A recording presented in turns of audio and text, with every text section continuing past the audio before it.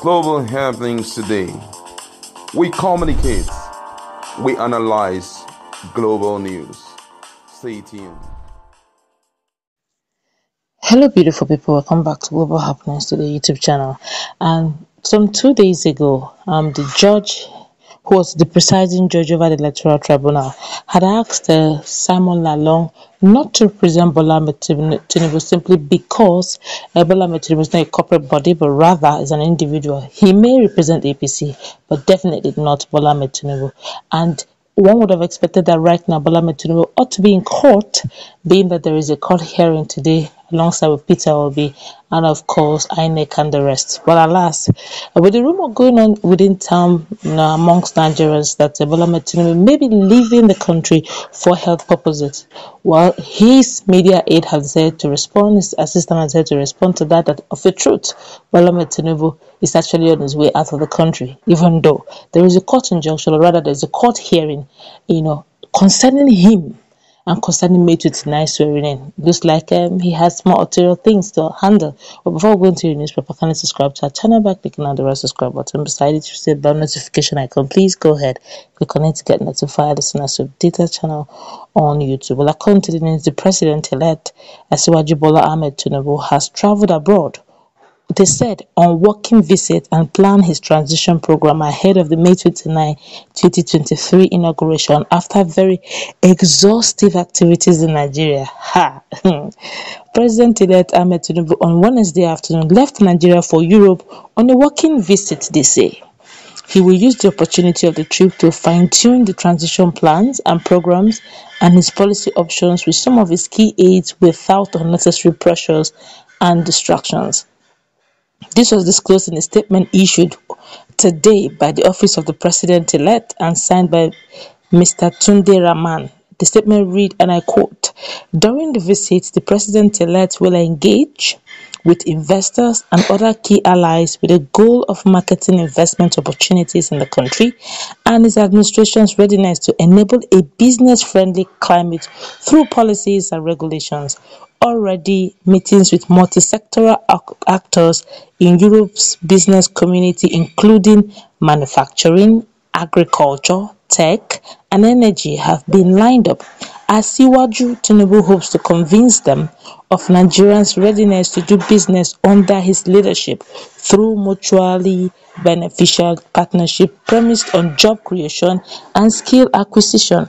Reviving the country's economy forms a major plank of Tinubu's renewed hope agenda, and the meeting is part of his efforts to re-establish Nigerians' importance in the global economic chain and create empowering opportunities for the country's huge youth population." Rahman said, and I quote him, "The president-elect has hitherto promised to hit the ground running, and the visit is reflective of his commitment to the promise, as he has already begun talks with global actors in the important areas of the economy and security." Before he left the country, Asiwaju Tinubu met with the House of Representatives Tajudeen Abbas and Honorable Benjamin Kalu, who were presented to him by joint task team of the House. Tinubu departed the country via the Murtala Mohammed International Airport in Lagos on Wednesday afternoon. He is scheduled to return shortly for preparations towards his official swearing-in as the 16th president of the country on May 29, 2023. Haba, just imagine. The judge is saying that Simon Lalong should not represent him, that Tinubu is not a corporation, he's an individual. He heard that statement. And I'm wondering, is it going to, maybe Shetima was going to be the one to represent him today. The court is about 3 minutes to start. In fact, the moment you're going to give up. Now the question now is, this is getting rather strong. Every little thing he wants to take much needed rest after aggressive. I ask myself a question. Aggressive what? What are you aggressioning? Permit me to use the word aggression because I don't understand. The campaigns are over. You have been well rested. You came back and just did a little that they are doing campaigns between themselves and the Senate, and they're coming to meet you for endorsement. Your people are looking for slot appointees and ministerial seats, and you said, "Oh, the much pressure is too much. I need to go and get a much needed rest after aggressive stakeholders meeting with my party." Is this how you're going to rule a over how many million Nigerians? Every small thing, oh, I'm tired, I need to go and rest. The much needed rest after so much day work. This work requires 24 hours a day job, as in 2 a.m. something is happening to president. Please, we need to, okay, he should be number, everything, the bulk of everything that happens in Nigeria falls on his decks. He shouldn't be resting. If he's resting, who's ruling the country? If he's resting and he's tired in this, okay, now he has gone to rest, he has much needed rest. Then from the restroom, he will now, from resting in his resting room, he will now come out and now begin to meet global he has not even started the wahala of Nigeria. Permit to use the word wahala because by the time they drag it from the sector, security, they drag it from the sector, unemployment. You need to pay a salary anywhere. There's no money to pay any salary.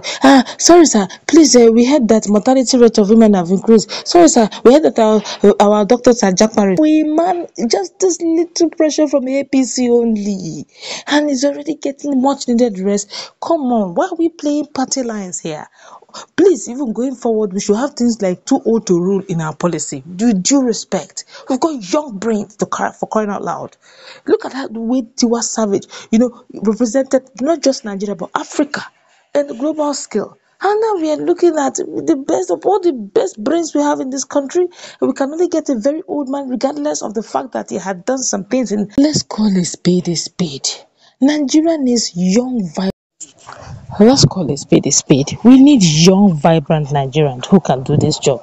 We can't continue like this because the truth be told, we need people who think like the average youth, a young Nigerian who understands the pains of being a Nigerian youth and also the pains of not having basic amenities round about us. We go to Senate countries and we see these things, they are basic, they are normal, but here in Nigeria, they are luxury. It looks as if it's something that you should, be happy that you have good road. You should be excited. You should even, it's a case of they're doing you a favor if they give you security. As if, but when it's time to pay tax, it's a necessity. They don't ask you, you pay the tax. Sometimes pay taxes on source, they deduct it. But when it comes to security, if the little thing they do, they begin to say, can't even say thank you. If you see your counterpart in the north, you know that we are doing you a favor. Come on. They may not say it to our faces, but their action speaks a lot. And we are saying going forward, we can't continue like this because when you begin to tell the next, can't you see that the president is resting? These are the issues. Yes, he may be an old man, but for an old man, he's doing well. Then we had options.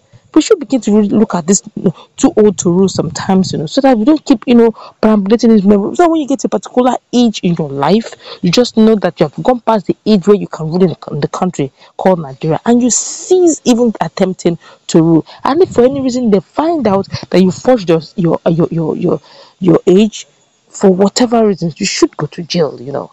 That's my personal opinion, though. But going forward, I do not know how the judges will rule, judging the fact that they're expecting the fact that if Peter Obi can come to the courtroom, if the likes of Atiku Abubakar can come to the courtroom, even with top PDP stakeholders, top stakeholders of LP will also there live, and they will also be there live today. I've seen the reason why the president-elect, who is actually the bone of contention in this whole matter, cannot find time in his to be too busy for Nigerians, too busy for him to even make the courtroom. I don't know, but let's see how it plays out. That's going to wrap it up. Let's meet in our conversation.